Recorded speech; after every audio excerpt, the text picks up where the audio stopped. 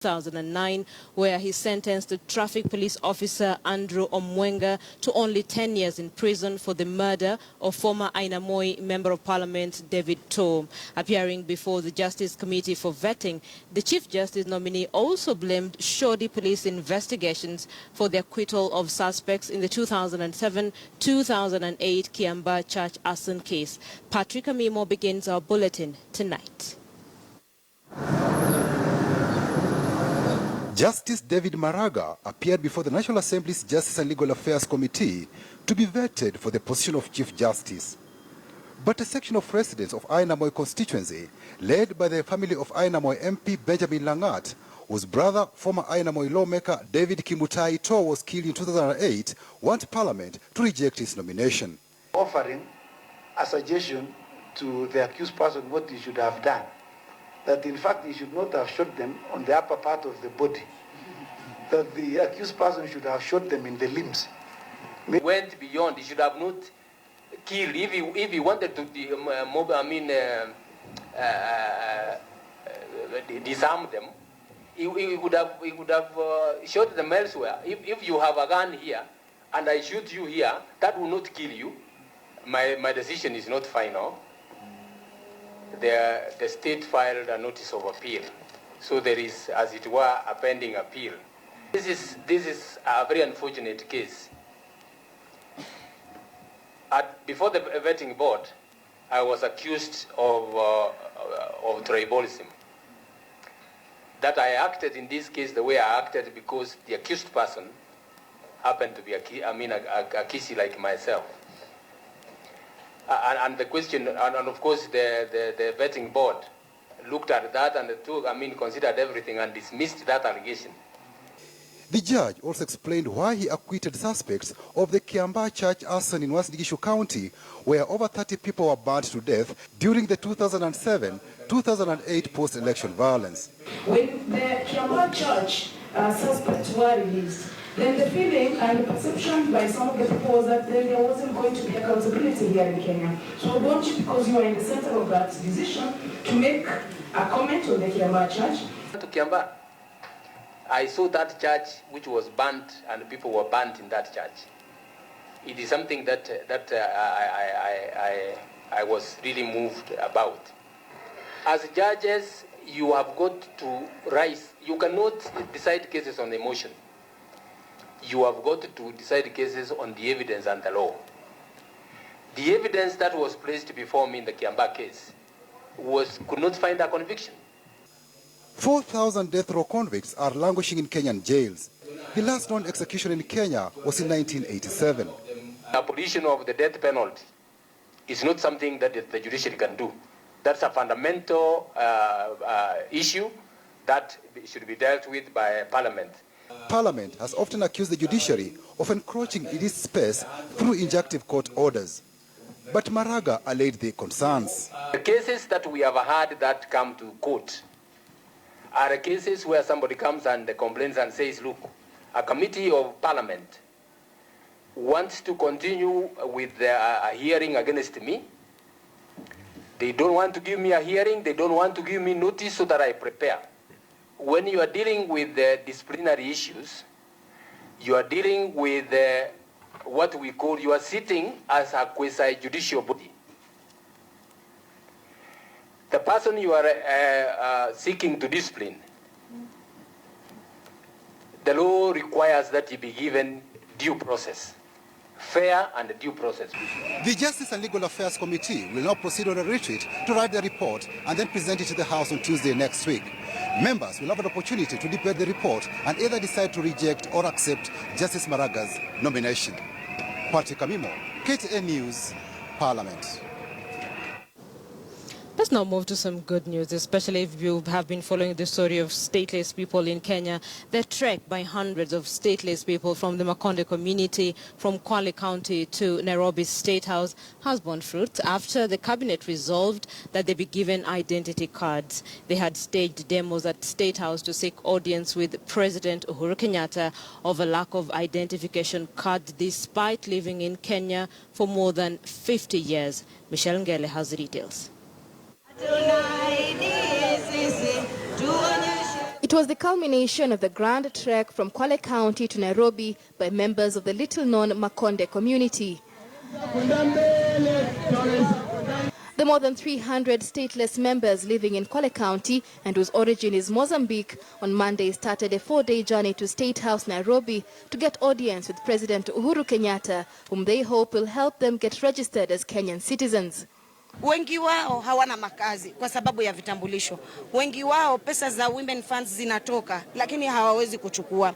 Wengi wao wanataka kujihusisha katika biashara tofauti tofauti lakini hawawezi fanya hizo biashara.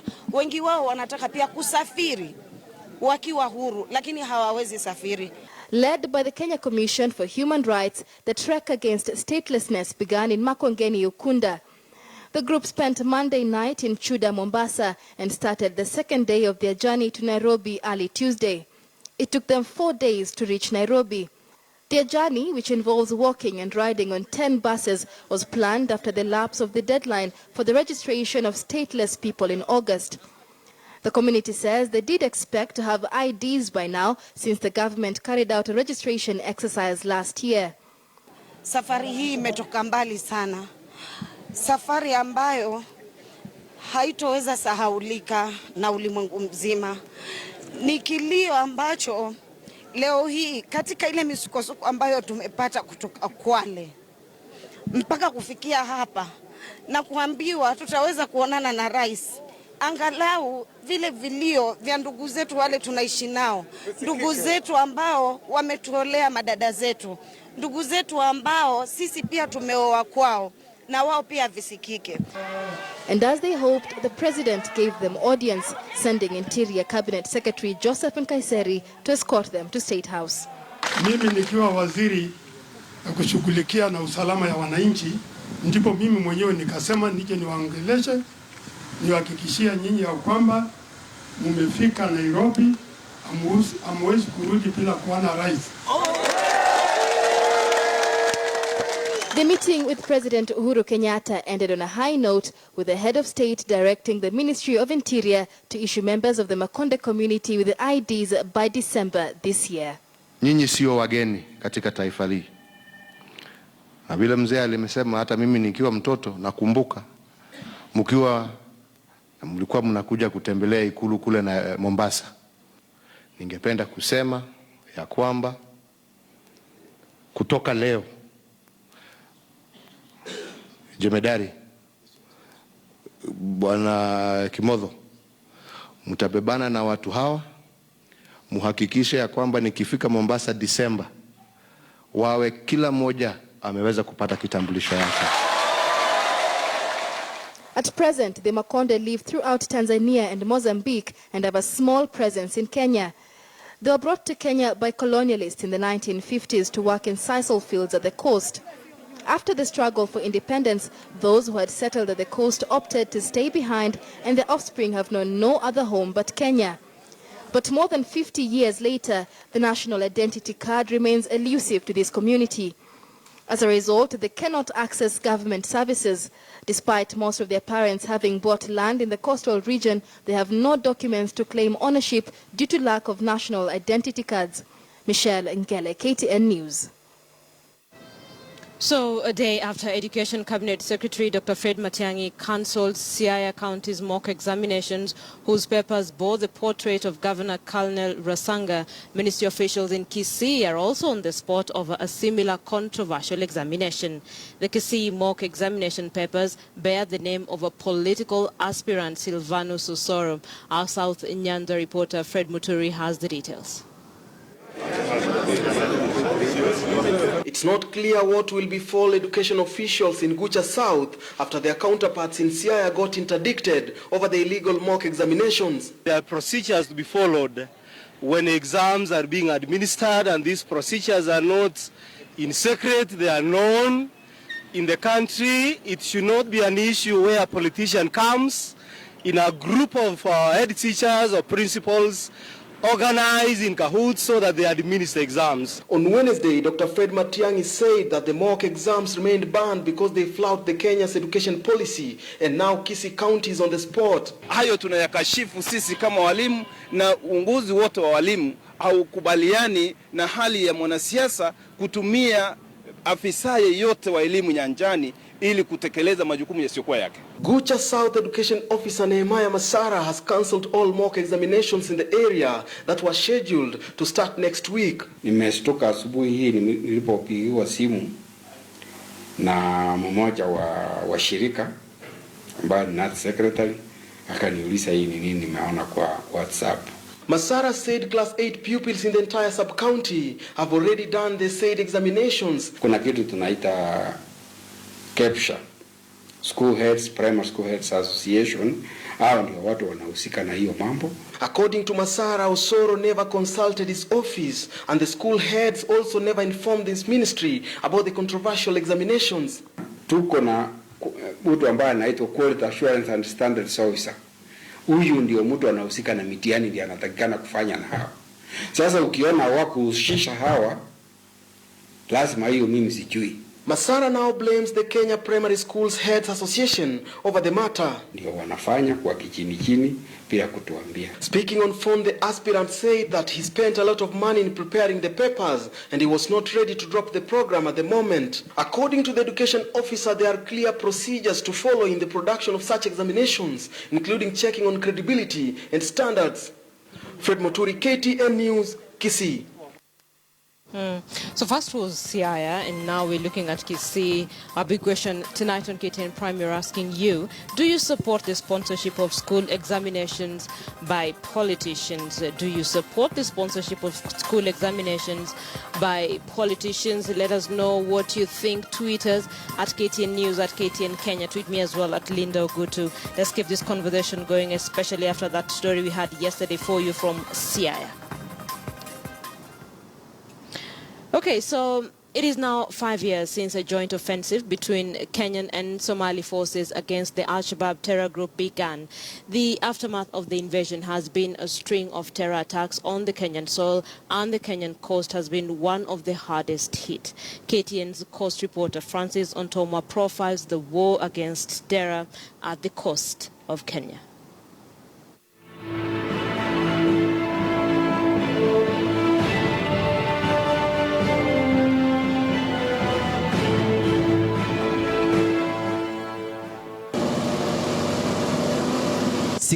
October 2011, the Kenya Defence Forces declared a full-blown war against terror, crossing the border into the conflict zone of southern Somalia.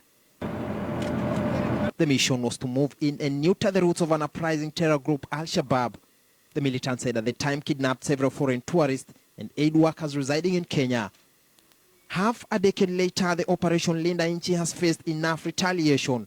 The coast of Kenya has had its fair share of the distress. Somali, has the head, but the tail of the snake was in Kenya, because radicalization has been one of the critical problems, and the recruitment has been happening in the country, especially in the coastal region. A strong wave of terror-related activities will follow the incursion. In 2014, a Likoni church attack shook the coast. 6 lives were lost. Even before the state could put its acts together, June, same year, an even harsher script will follow, that of the deadly Mpeketoni mass murder, a chilling occurrence that saw over 60 people killed. But why has the coast of Kenya played an easy target? You have so many young people with no education, with no technical skills, and therefore you put them at the mercy of recruiters. Even as efforts to counter the threats are scaled up, the Kenyan government's response within her borders has remained under the spotlight, dogged by claims of extrajudicial killings and unexplained disappearances. The rule of law has to prevail even in countering terrorism. We know that it is very difficult to fight against terrorism, and that sometimes people think this can permit extra law kind of method. Some families at the coast of Kenya are yet to comprehend the concept, fighting terror at all costs. They feel exposed. Some widows whose husbands have either been executed or disappeared are now petitioning the state to give them death certificates. They have resigned to fate. Nilikuwa nahitaji sana nipate death certificate yake ili ije nisaidie baadaye kuhusu masuala ya mtoto. Mpaka sasa wengine hawajui watoto wao wako hai ama mabwana wao wako hai ama wamefariki. Manake wanalia sana, wanasema hata kama wamefariki waletewe, waone tu ile maiti wajue kama amefiliwa. Although the region experienced a lull of these attacks, there is an attempted attack at the Central Police Station, Mombasa, again reignited fresh discourses. Some analysts feel the vexed question of amnesty to returnees of Somalia has never been properly handled. Imefika wakati ya kwamba pia wao wa Masuja warudi nyumbani na hizi vita tuachane nazo. Manake hawa wa Somali, the more tunakaa kule Masuja wanakaa huko, the more pia nao wanakasirika na sisi huku Kenya ya kwamba wanaendelea kutupiga. KDF afadhali wakae Somalia. Manake wakitoka Somalia warudi Kenya, itakuwa sasa Somalia watapata opportunity ya kuja sasa kutupiga na kutuumiza. So we made a mistake and went into Somalia. We should stay in Somalia till Somalia stabilizes. It has its own financial cost, but we made the choice, and choices have consequences. Even as the debate on whether to exit the mission or not catches on, 5 years on, Kenya continues to soldier on in the fight, even as the enemy within and without continue to stage the resistance. The 2011 incursion into Somalia continues to split opinion right in the middle. And although some observers say Kenya made the first mistake to go into the war-torn country, they reckon that Kenya must live with the same mistake until peace prevails. Francis Ontomwa, KTN News, Mombasa.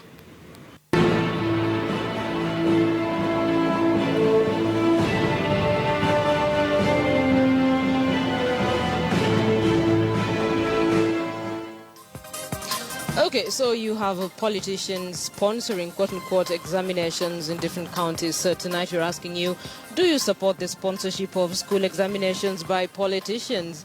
Education CS Fred Matiang'i was not amused with what happened in Siaya County. And of course today we're focusing on Kisii. So let's see what some of you are saying. Teacher Pill says, what is there to sponsor in an exam? Why can't they pay fees for the less privileged instead? Dominic Sagwe says, if the pupils are not paying for it, it's okay to indicate who paid for it. All right, those are some of your feedback on our big question tonight. Keep tweeting us at KTN News at KTN Kenya and me as well at Linda Gutu. I'll sample your views as we go on with this bulletin. That's a good place to take a break. We'll be back. That we want to see them starting to plant the tree. We want to see them providing water as they had agreed. So those are issues. Are they implementing the agreement with the Moranga people after Moranga people objected to?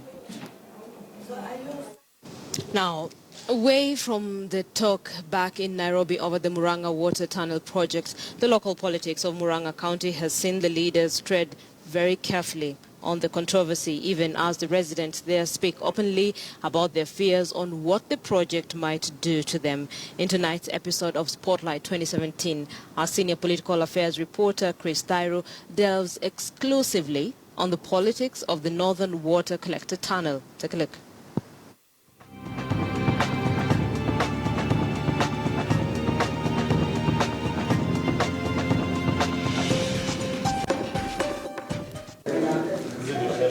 The Northern Water Collector Tunnel project, which is being funded by the World Bank, has been under construction since 2014 within the Aberdare Ranges. With a diameter of 3 meters and a depth of 250 meters, the water channel will be expected to collect water from at least 3 major rivers in Murang'a County and direct it to Ndakaini Dam and later Nairobi County to deal with the perennial water shortage in the capital. But even as the construction of the 6.8 billion shillings water tunnel continues as one of the Vision 2030 projects under the Jubilee regime, residents of Murang'a County are not a happy lot. Those who live near the project only left gazing on what the future holds for them. Githiga River, one of the rivers that is expected to feed the Northern Water Collector Tunnel, and locals here are raising fears that after the completion of that project, which is just a few meters from where we are, might affect the water levels of some of the rivers, and some might even dry up. Other rivers are Irati and Maragua, whose water levels currently remain low, with deforestation of the Aberdare Ranges going a notch higher, while they clear the construction sites for the project. tungetaka maji ya kulima, sababu tunaona hii area inaenda kudry, sababu hata wanyama wetu tunaona tunafuga ng'ombe, wengine wanafanya ukulima kidogo kidogo, lakini hakuna maji. Sisi kama wakaaji wa hapa maji, hii mradi kwanza ikiendelea, kwanza wangetupea maji. First priority ingekuja kwetu, badala hii maji kutolewa na huku, inatolewa huku inapelekwa Nairobi, na sisi wakaaji hapa tunakaa bila maji. During the public participation sessions on the project, the locals had been promised that they will get piped water in every homestead as well as employment.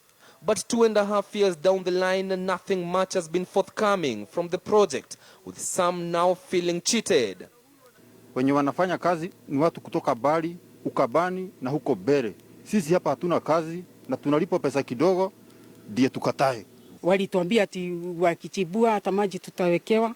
Sasa tunajiuliza tutawekewa aje maji ikiwa imechibuliwa chini, takuja juu aje? The few homes that enjoy piped water were forced to part with not less than 20,000 shillings to the Murang'a Water and Sewerage Company, which also collects a monthly bill of a minimum 300 shillings. Maji na chimbo hapa na huko kwa maboma maji tunauziwa. Tena ukipatikana ukiwa unalima na hii maji hapa unashikwa. Tungetaka kuomba serikali kama inataka kuchimba maji hapa, wale watu kwa area wasiuziwe maji.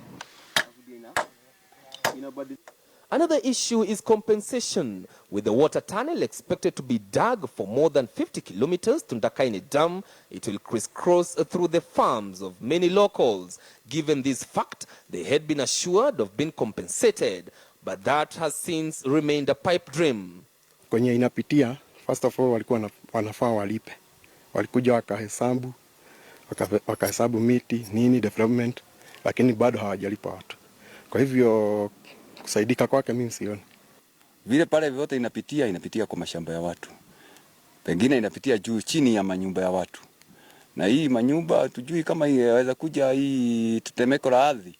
Unajua siku zingine inakuja tetemeko la ardhi, hatujui vile itaenda. Sasa tulishikana tukatafuta wakili. Sasa unajua sasa mambo yanaenda hivyo, mnasikia imekwama. Sisi hata hatujui sasa imefika wapi. Imefika wapi? With the locals still living in doubt on whether the promises will ever be fulfilled after the completion of the project, the elected leaders led by Governor MWANGI wa area are just hoping that the government will keep their word. Waziri, if you can give us in form of pipes worth 1 billion Kenya shillings, just for distribution, we'll be very grateful, because by the end of the day, the people of Murang'a will feel the real benefit if they can be able to have water in their doorsteps. We move by faith, nothing more. And even today, you do not have that assurance that you'll be back on your bed. You just move by faith, and risk it take us succeed in life. Na leo nataka nihakikishie watu wa Murang'a County ya kwamba sio tu hii tunnel itajengwa kwenda Nairobi, lakini pia tunataka tuone mifereji ikisambaza maji haya yaingie kwa nyumba zenu katika Murang'a County. But it is clear that the local politicians find themselves between a rock and a hard place, given that on one hand, they will not want to antagonize the president who enjoys support from the region, or go against the wishes of the locals who have decided to divorce the issue from politics. Sikuona haja ya viongozi wetu hapa Murang'a kukuja hapa kuramika hii project, tumesaidika hapa na hatujasaidika. Sisi yenyewe kwanza watulipe. Wakitulipa waendelee na kazi zao na watuwekee maji. The tunnel is projected to boost Nairobi with about 700,000 cubic meters of water a day after completion. According to the master plan, 1.2 billion liters of water will be required daily by 2035 and 670 million liters by next year, 2017. The tunnel initially faced strong opposition from political leaders who expressed fears that it might deplete underground water and cause earthquakes and deforestation of their badeas. THAIRU, KTN News.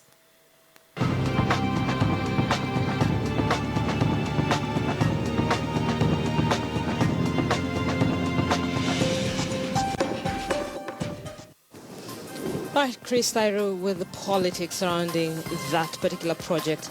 We're taking a break. Let's remind you of a big question tonight. We're asking you, do you support the sponsorship of school examinations by politicians? We've seen that in Siaya County. We've seen that in Kisii. Tweet us at KTN News, at KTN Kenya. I'll sample your views just before we end this bulletin. Tweet of the day in association with LDK Extraordinary Brandy.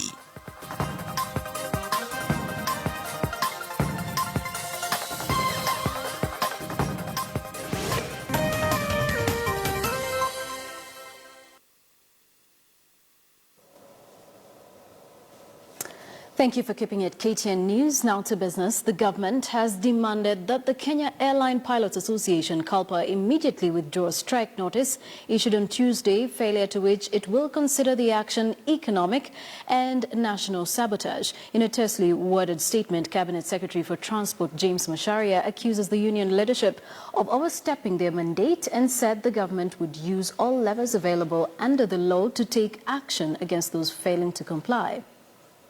After KALPA issued its strike notice claiming they had no confidence in the airline's recovery under the stewardship of KQ's Chairman, Board of Directors and Chief Executive Officer, the Government of Kenya, Kenya Airways' single largest shareholder, issued a statement through the Ministry of Transport saying the airline would not bow to pressure or threats to let go of its top management. Signed by Transport Cabinet Secretary James Macharia, the statement termed the strike notice illegal, saying the Kenya Airline Pilots Association, KALPA, did not engage either KQ or the shareholders prior to the notice. According to the Cabinet Secretary, KALPA had overstepped its statutory mandate, which is to engage in matters relating to collective bargaining agreements between its membership and KQ. Kenya Airways, on its part, says the industrial action by the Pilots Association is uncalled for and will only cost the airline more financial losses.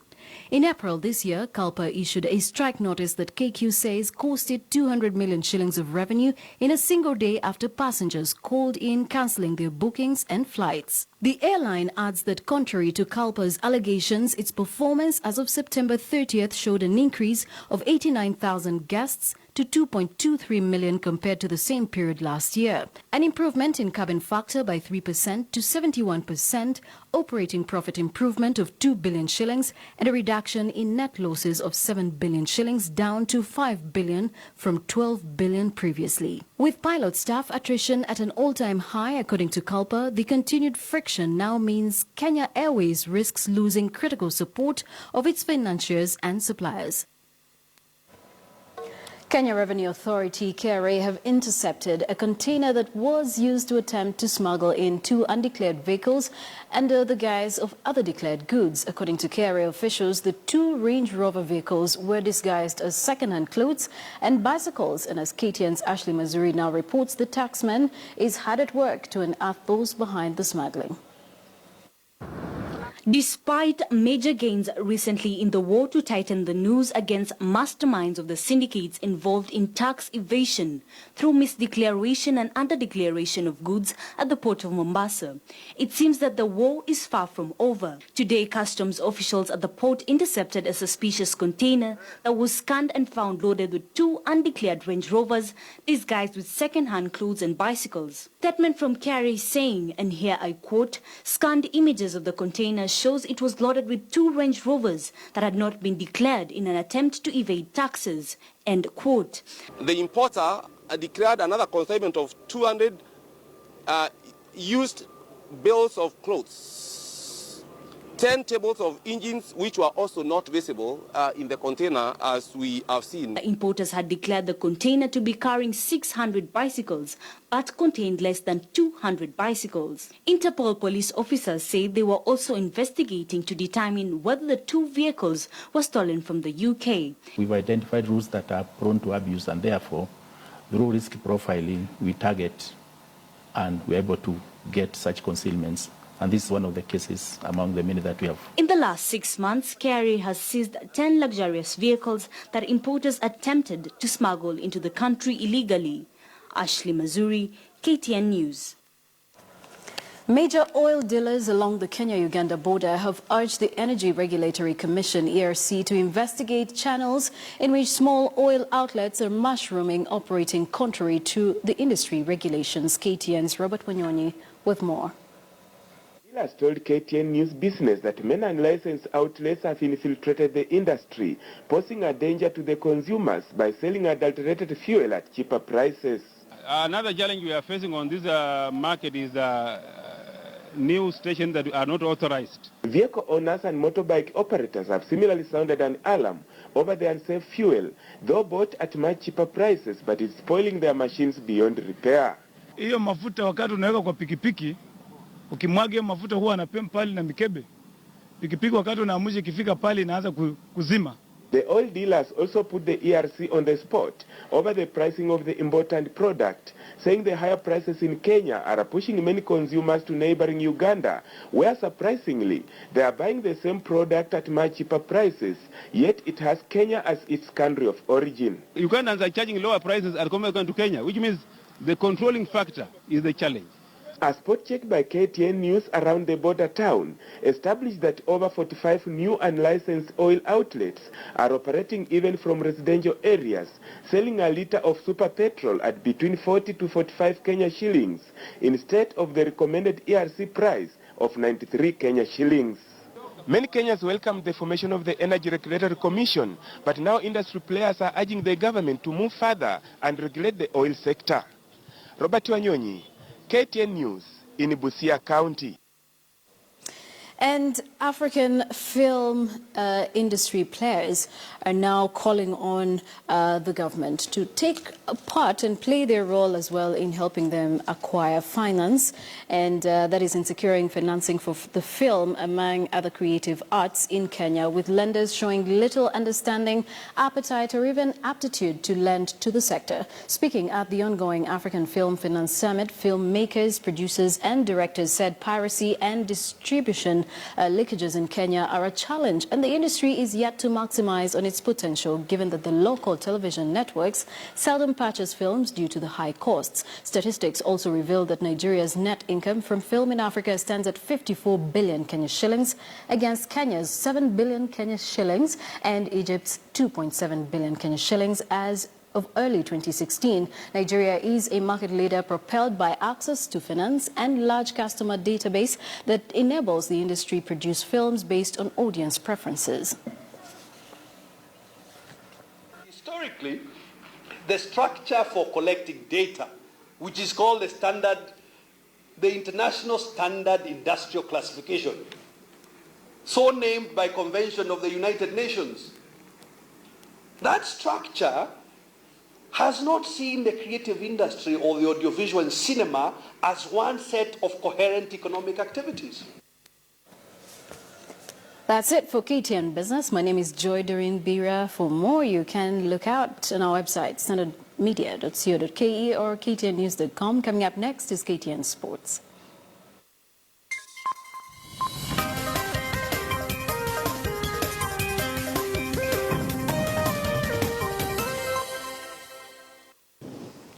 Wadi Degla Group has launched its first branch in Kenya at a function officiated by the Cabinet Secretary for Sports, Hassan Wario. The branch, which is situated in Nairobi's Runda area, is one of many projects the group is planning to construct in the country. The Egyptian company, which develops private sports clubs, plans to set up 2 other members-only sports centers in Migaa and Karen. The clubs will introduce professional training through partnerships with international academies for football, squash, swimming and tennis.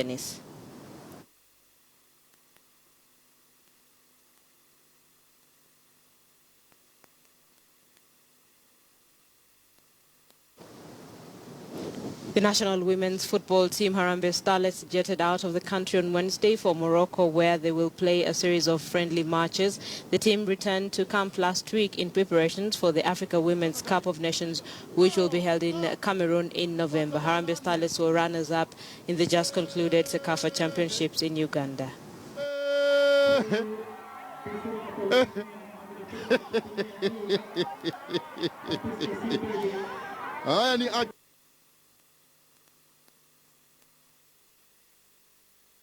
poll question tonight. We asked you, do you support the sponsorship of school examinations by politicians? We've seen that happening in Siaya County and Kisii County as well. At Mwanafrag says, ridiculous. So KCPE should have President Uhuru's portrait since it's a national exam. At Carol Claudette says, why can't names... actually, Claudette, I can't see your tweet. Your tweet actually says, why can these politicians build decent schools, hospitals, and improve their supporters' quality of life? Joseph Gina says, politicians should be off exams, or else it will be an introduction of bad political elements in school. And finally, Kabethi says, no, we shouldn't politicize the exams. Politicians should try other ways like building classes. Just some of your feedback on our big question tonight. Thank you for participating, for tweeting us, and indeed for watching KTN Prime. And that is where we leave it tonight. Have a good night on behalf of Meresha Witty and myself.